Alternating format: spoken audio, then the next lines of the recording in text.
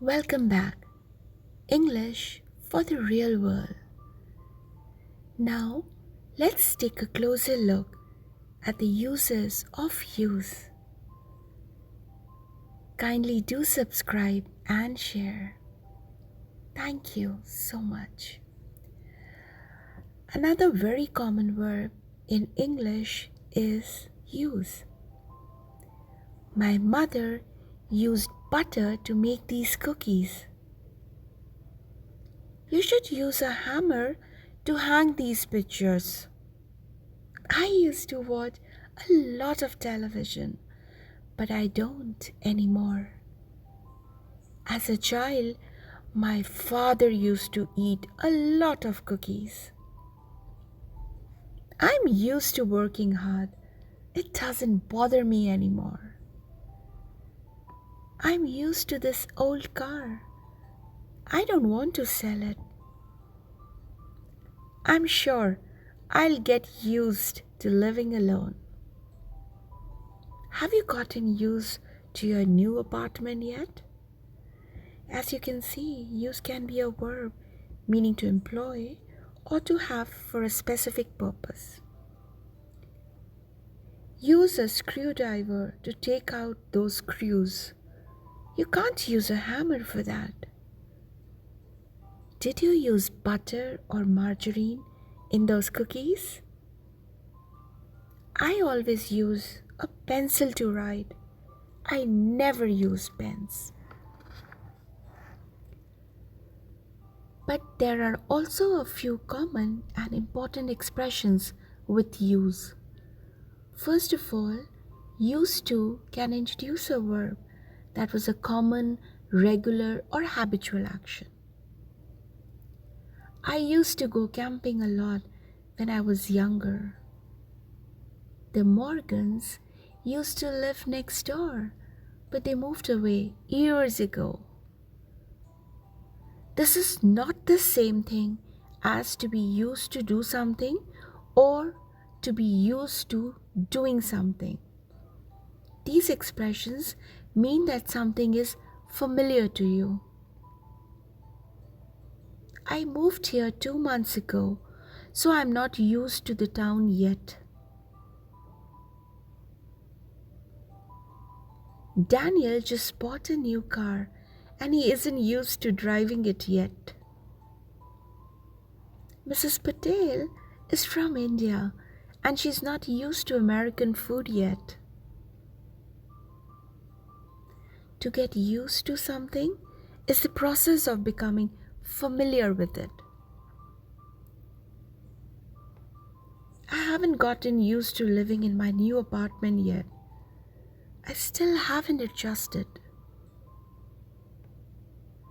It takes years to get used to speaking a new language.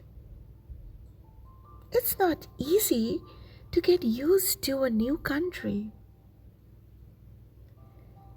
Sandra used a different kind of laundry detergent. The kids are not used to waking up so early for school yet. We used to live in that house over there when I was a kid. Maria lives in Japan and isn't used to the food. Have you gotten used to working here? We're using the conference room for a meeting now. Once you get used to living here, you'll feel better. They used to go on vacation every summer. Bill is used to a much bigger apartment, but he'll adjust. It takes a long time to get used to the weather there. The past with used to and would. As you just saw, used to can introduce an action that was habitual, regular, or customary in the past. Jim used to share a room with his older brother when he was a boy. When they lived in California, the Seliners used to drive a lot more than they do now. I think it used to snow a lot more when I was a kid. They used to walk to school every day. Did you used to share a room when you were a boy? They didn't use to drive more when they lived in California. It didn't used to snow more when you were a kid. Did they used to walk to school every day or take the bus? Another way to talk about the habitual past, especially when you want to talk about repeated actions, is to use would. Every day she would walk into the office with a big smile and say good morning to all of us. On Saturdays, we would wake up early, we would run downstairs, and we would eat breakfast while watching Saturday morning cartoons. Back then, people would use wood or coal to heat their homes. Every Christmas, my brothers and I would try to stay awake to see Santa Claus.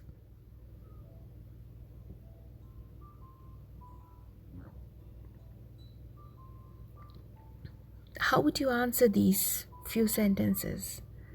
For instance, would you wake up early to work every morning on the farm? Yes, I would wake up early to work every morning on the farm. Did you used to live in a house or an apartment? Yes, I used to live in a house or an apartment. Where did you used to go to school when you were a kid?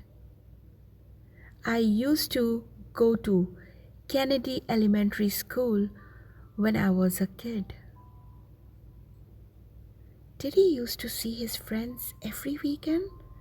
No, he didn't used to see his friends every weekend.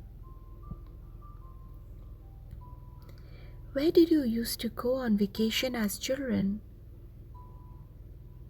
We used to go to the beach on vacation as children. What would they eat for breakfast every day? They would eat cereal for breakfast every day. If and would in the past. Previous lessons we reviewed the conditional with if and would. Now, let's take a closer look at how to express an unreal or hypothetical condition in the past tense. If it had rained, we would have stayed inside.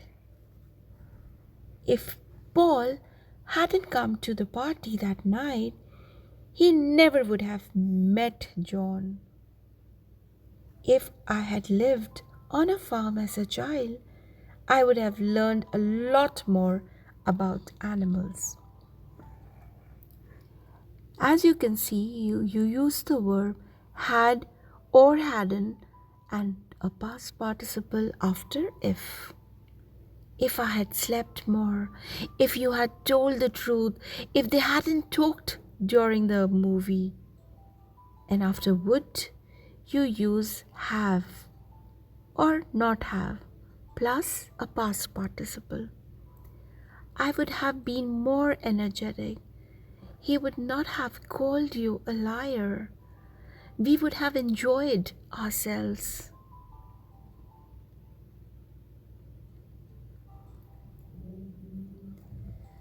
Similarly, we can change these few sentences also in this manner.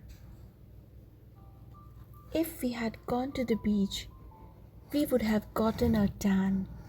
If you had left earlier, you would have made your flight. If Harry had studied harder, he would have gotten a better grade. If John had come with us, he would have had a good time. If they had gone to bed earlier, they would have woken up in a better mood.